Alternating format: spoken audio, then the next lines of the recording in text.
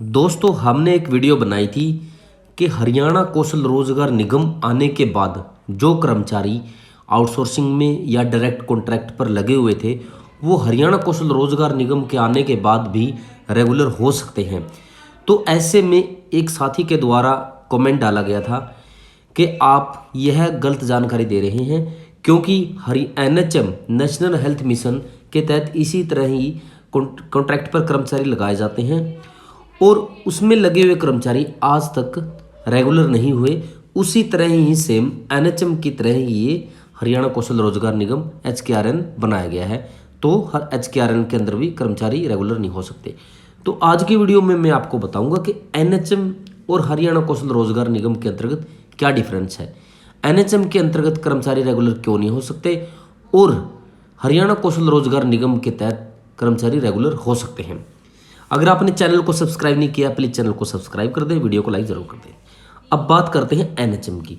NHM केंद्र सरकार के द्वारा चलाई गई एक स्कीम है जो किसी कार्य को लेकर चलाई जाती है और ये स्कीम तब तक चलाई जाती है जब तक जो कार्य केंद्र सरकार के द्वारा निर्धारित किया गया पूर्ण नहीं हो जाता या फिर पूर्ण होने के बाद उसकी सीमाओं को बढ़ाया जाता है, उसका दायरा में विस्तार कर दिया जाता है और ये साल दर साल आगे चलती रहती है।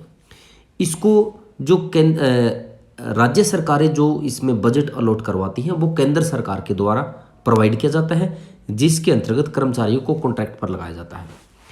और जो हरियाणा कौशल रोजगार निगम है वो राज्य सरकार के द्वारा चलाई गई कोई स्कीम मुहिम नहीं है। इसके तहत हरियाणा के जितने भी डिपार्टमेंट हैं उनमें कॉन्ट्रैक्ट पर कर्मचारियों को हरियाणा कौशल रोजगार निगम के तहत लगाया जाता है, न कि किसी प्रोजेक्ट को लेकर। NHM एक प्रोजेक्ट है, हरियाणा कौशल रोजगार निगम एक निगम है, न कि प्रोजेक्ट जो कर्मचारियों को विभागों में भेजता है।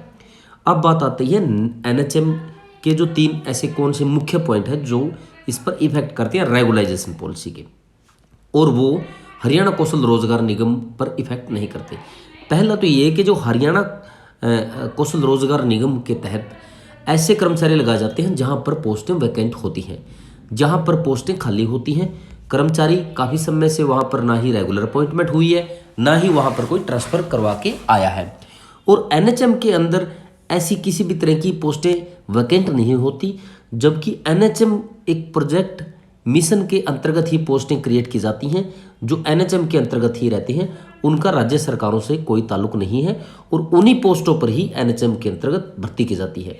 यानी HKRN हरियाणा कौशल रोजगार निगम के तहत जहां पोस्ट वैकेंट है वहां भर्ती होती है हरियाणा के जो रूल के अनुसार, हरियाणा सिविल सर्विस रूल के अनुसार, और NHM के अंतर्गत मिशन के जो पोस्टें होती हैं उनके तहत लगाए जाते हैं। दूसरा ये कि हरियाणा कौशल रोजगार निगम के अंतर्गत जो बजट है वो राज्य सरकार ही उसका अलॉट करवाती है, प्रबंधन करती है, जबकि जो NHM है ये केंद्र सरकार के द्वारा हर साल प्रदान किया जाता है राज्य सरकार को, और उसमें कुछ हिस्सा राज्य सरकार देती है जो कर्मचारियों की सैलरी देता है, जो इसमें बाध्य करता है कि जो सैलरी का हेड है वो कहाँ से आएगा।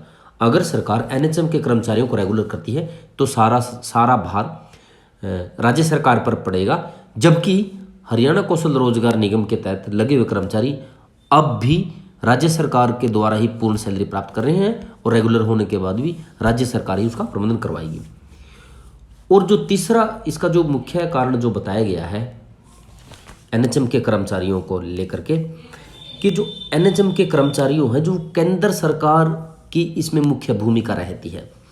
अगर रेगुलाइजेशन की जब बात आती है तो राज्य सरकारें NHM के कर्मचारियों को तब रेगुलर कर सकती है जब केंद्र सरकार इसमें सपोर्ट करती है। और जो हरियाणा कौशल रोजगार निगम है ये पूरी तरह से इसमें राज्य सरकार स्वतंत्र है। जब चाहे राज्य सरकार किसी भी तरह से नियम बनाकर, नियमों में ढील देकर, कोई भी पॉलिसी बनाकर, जैसे पिछले समय में बनती आई है पॉलिसी बनाकर हरियाणा कौशल रोजगार निगम के तहत कर्मचारियों को रेगुलर कर सकती है, जबकि NHM के अंतर्गत ऐसा नहीं है। NHM के अंदर अगर राज्य सरकार कर्मचारियों को रेगुलर करना चाहती है तो सबसे पहले उन्होंने पोस्टों को हरियाणा सरकार के नियमानुसार क्रिएट करना पड़ेगा। उसके बाद नेशनल हेल्थ मिशन जो केंद्र सरकार है ऑपरेट करती है, केंद्र सरकार की स्वीकृति के बाद जो केंद्र सरकार नियम को बनाएगी उस नियम को अडॉप्ट करते हुए राज्य सरकार इनको रेगुलर कर सकती है। ये मुख्य अलग अलग इसमें डिफरेंस है एनएचएम के अंतर्गत और हरियाणा कौशल रोजगार निगम के अंतर्गत। तो जो साथी ने इसमें कमेंट किया हुआ था, एक साथी नहीं है कई साथी हैं, मैं मानता हूं कि इस वीडियो के बाद उनका जो कन्फ्यूजन है वो दूर हुआ होगा। अगर कोई अनुभवी साथी इस वीडियो को देख रहा है, आपका कोई सुझाव है, कोई क्वेश्चन है, तो आप कमेंट कीजिए, उस पर हम रिप्लाई करेंगे। अगर वो अडेप्ट करने होगा तो हम उसको मानेंगे। तो चलिए, इसी तरह की इन्फॉर्मेशन के लिए चैनल को सब्सक्राइब करें, वीडियो को लाइक करें। अगली वीडियो में फिर मिलते हैं, तब तक के लिए दोस्तों गुड बाय।